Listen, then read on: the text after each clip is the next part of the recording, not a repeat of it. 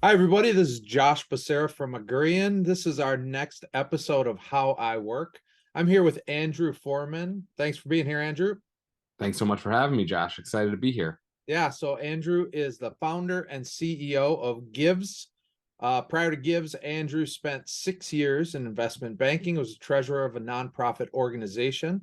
You have an MBA from Harvard Business School, BA in mathematics and economics from Hamilton College. You're a smart guy. You live in New York, proud dad of three-year-old daughter and a 1-year-old son. And you're still trying to make time for recreational sports. Good on you. Thanks so much for being here. Again, thanks for having me. Excited to be here. Yeah, so I love, your story and going from like kind of being in investment banking to nonprofit and now in social impact businesses. Can you just tell us a little bit more about that story? Yeah, absolutely. So I graduated from Hamilton, as you mentioned. I came out and I was like, okay, what, math major, econ major. So I was like trying to create a finance-esque major out of a liberal arts college. Yeah, And I said, all right, what opens the most amount of doors? So I said, all right, investment banking is where I can probably make the most money coming out of college and go anywhere right. from after your 2 years in banking. But then I just didn't know what I wanted to do, didn't know what I wanted to do, and ended up in banking for 6 years. And at that point, you're like, are you a career lifetime banker? I Yeah, don't know. I liked the work, especially once I got to the new organization that wasn't just a bulge bracket firm. It was more entrepreneurial. cool. I felt we were adding a lot of value to our clients. And then but we were still just kind of making money out of money or selling companies that were already doing pretty well, but making sure that we got the best possible price for them and really helping the entrepreneurs that built that business to make sure that they positioned their business the best for sale. And we knew all the companies that they could sell to. And so I really do think that investment bankers add a ton of value for the entrepreneur that is selling their business. But in terms of social impact, not a lot going on there, Yeah, right? You're really just making more money you're out of missing a little company. meaning. Yeah, definitely missing a little meaning on my end. And so I was also simultaneously running a nonprofit. So I was kind of like doing late nights and weekends on the nonprofit and saying like, okay, this is like the meaning portion of my life. And Yeah, then the rest of the time was just, the work portion of my life. And I was like, it would be really cool if I could combine those two things. And one company that we were selling in my work life in particular that had unbelievable EBITDA margins. They were the most profitable company I'd ever seen in terms of margin percentage, like 60-70% margins, like bottom line margins, EBITDA yeah. margins. Wow. And they were doing work in the Middle East, screening, background screening folks, which is a commoditized business here in the US, but over there, it was not commoditized. They had, the sole database that they had created from scratch by sending people different locations to see if, in fact, this was a real school where engineers learned how to engineer, or if it was just a shack in the middle of nowhere and people were being fake engineers or coming in as fake doctors or fake pilots. Sure. And you can see how that would actually people lost their lives because people were fake engineers building buildings that were collapsing in 2005, 2006, et cetera, et cetera. So these guys built a business off of saving people's lives, but also making a ton of money while doing it. Yeah. And that was the inspiration for me, the CEO of that company. I got to work very closely with him to sell his business a couple of times over, and he was like, "Man, go back to business school." He wrote my letter of recommendation to go to HBS and find a problem and fix it. And so I go back to business school. I was thinking about my time as a nonprofit you know, treasurer in New York City and how hard it was to get deals done with actual brands and companies. Even Right. though I knew people at those companies that were high up at those companies that wanted to make this happen, there was still so much red tape. And I was like, there's got to be a better way because there was value to be added on both sides, right? Like For sure. uh, even a couple of $1,000s meant the world to the tiny nonprofit that I was on. And the 2,000 people email list that I had that was engaged in New York really could have meant something to a brand where Cool. they'd happily donate $3,000 and get and be part of, like, first of all, a good movement, but second of all, get brand exposure to my email list, et cetera, et cetera. And so I was trying to think of, like, how do we make this all happen? So I started Givz right out of business school, and went through a couple of iterations, but went through the last pivot about 18 months, 2 years ago now, and found what we're actually supposed to be doing, which is donation. Why don't you Yeah. tell people a little bit about like this incentives to support donations for, yeah. Yeah. So yeah, thanks. So we now run donation incentives, which basically are reasons for people to buy now. So every brand is looking to move away from discounts. We know that discounts work in some sense in terms of getting people to buy now, but we also now know that people that buy on discounts rarely come back, or they never come back at full price, right? So they're actually some of your worst customers are the ones that come in initially through discounts. So how do we move away from discounts, and how do we weave in social impact in a genuine and authentic way, because the consumer is demanding this? And so that's where donation incentives come in, where you can say something like, hey, spend over $100 on our site today, we'll give you $10 to give to a charity that you care about. And it's amazing how many people will add a couple of extra items to their cart to get over the $100 mark. You Yeah. see your average order value go up, and then you give them $10 to give to a charity of your choice. This is not asking them to donate an extra $10. You're giving them $10. Now, again, from the business perspective, this is much more capital efficient than a discount for a number of reasons, which we can Well, talk let's about dig in. later.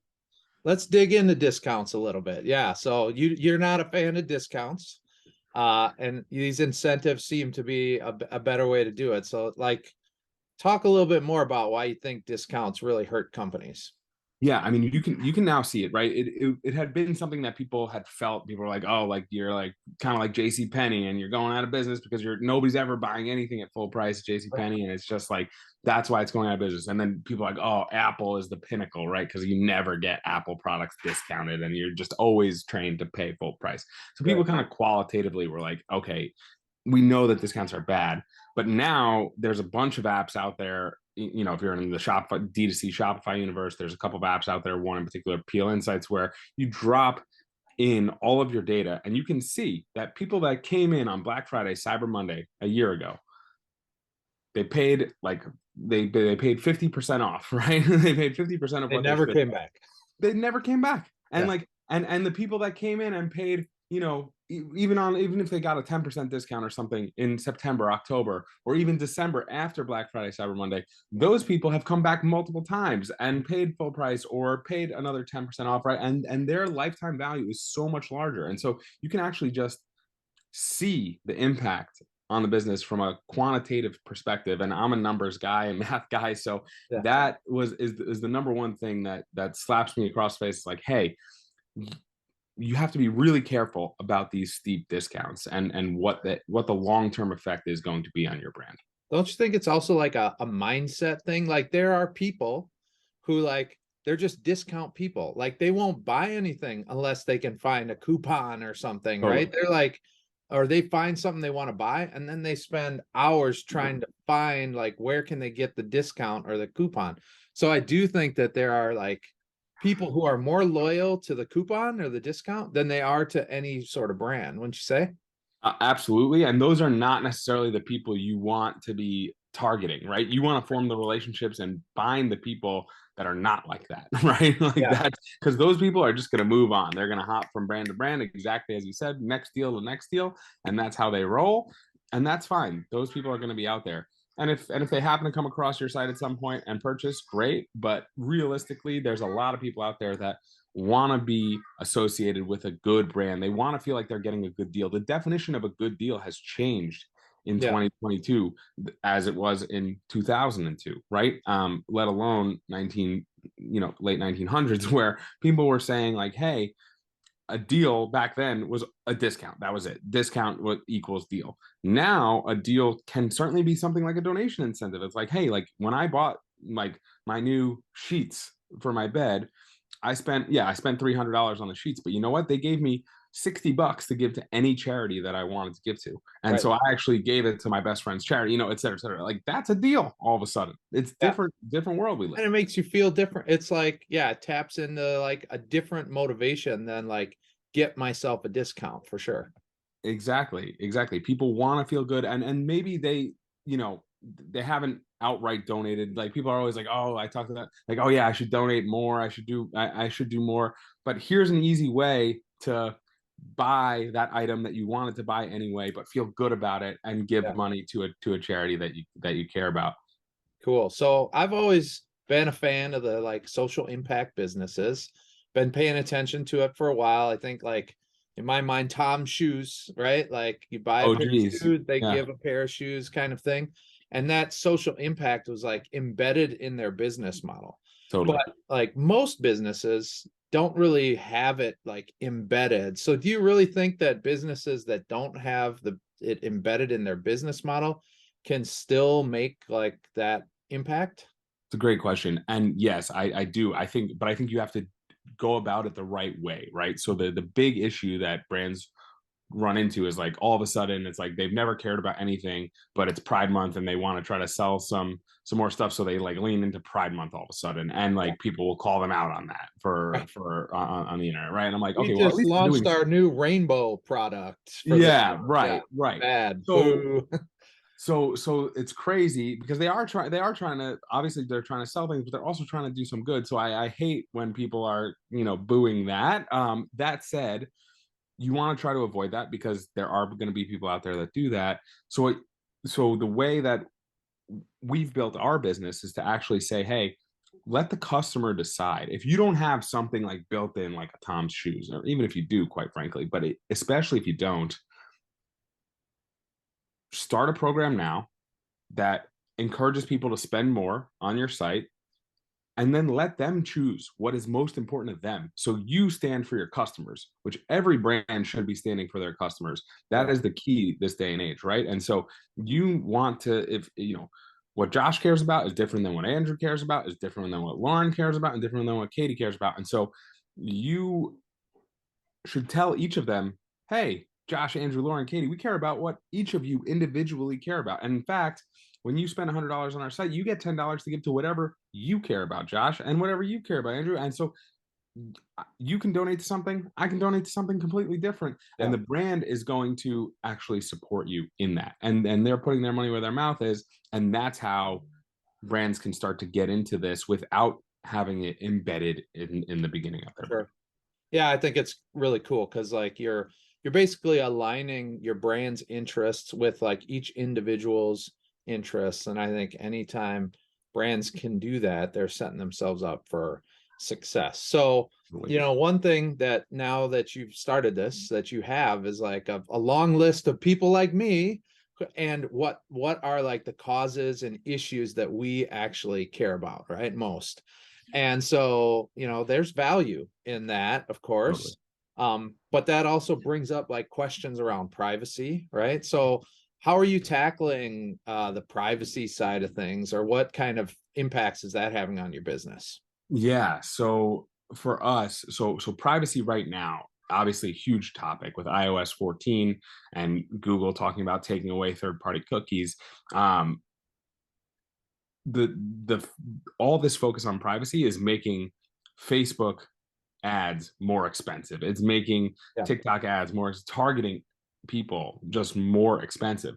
And the information that you have on people is less and less and less as a brand. So you need to start to get this information for yourself, right? Mhm. You need to have this as zero party or first party data so that you can use it, because third party data is starting to go away. Yeah. And so with Givz, brands can actually go in, say, hey, here's $10 to give to a charity that you care about. And now they learn exactly what Josh cares about. And that's their own, they now That's own that. becoming their first party data. That's So it's becoming not their first Givz's party data. data. Okay. That's right. So with us, that's their first party data. Now we also have access to that on the Give side of things, and eventually we will turn it over to the consumer side where we'll say, hey guys, like you guys have shopped. Here's a profile of all the money that you've donated to all the different charities, right? And if you guys want to continue to shop at brands where you can support your favorite charity, here's the list of all the brands, right? And eventually we'll go there. But right now we're really just, keeping that information secure, encrypted, off to the side, and really letting the brands do their thing right now. Yeah. Well, that's good. Yeah, it's definitely a changing environment, to say the least. And yeah, we in digital marketing are definitely trying to push brands to use their own first party data, because yeah, third party data is drying up for sure. Totally. So man, I've been really like, I'm love this conversation. I love what you're doing with Givz. We're kind of running out of time. So one of the questions that I like to kind of end on or follow up with is just around like your inspiration, who you're, maybe there's some thought leaders that have either like pushed you in this direction, or that today you're listening to, podcasts, books you're reading. Can you tell us, or the audience, a little bit about who's maybe challenging your thinking or inspiring you today? Yeah, I mean, I'd have to give credit where credit's due in the first place, pulling me out of investment banking, bringing me into the startup world. Two crucial people there. One being the CEO and a mentor of mine who, I sold his company. He ended up, you know, being in my ear saying, hey, go to business school, start something, et cetera, et cetera. But then really my wife, and this may sound cheesy, but my wife, she is an absolute rock star. She had started her own company out of her senior year dorm room in college, sold that business, now is on the investor side of things, and just launched her own VC fund. But she showed me that it's possible that there's other things out there, not just like the quote unquote safe investment banking route. Yeah. And so I gotta give credit where credit is due there. In terms of public figures and books that I'm reading, I always recommend the Hard Thing About Hard Things, by Ben Horowitz. I have to go back and reread that book from time to time because things are This hard. stuff's hard. It's really freaking hard. Yeah. And so I think that's the best thing. Like, I'm like, all right, don't fix what's not broken, right? I read that book and it just helps me. And so that's kind of my go-to piece there. And then whenever people ask me like, oh, if you want to have dinner with somebody, the first time I did an interview, maybe it was a couple of years ago, and they said, hey, if we're going to tag somebody who might actually respond, like, Yeah.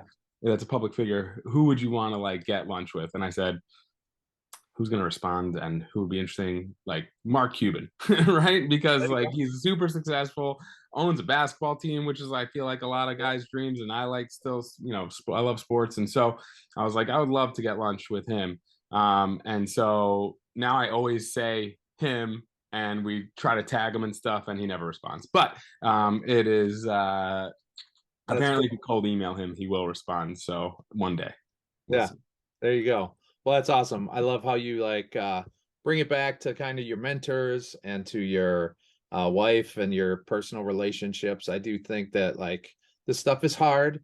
And if you don't have people like that in your lives that continuously support you and push you, it's not an easy thing to do on your own. So kudos to you for everything that you're accomplishing with Givz. I think it's super cool.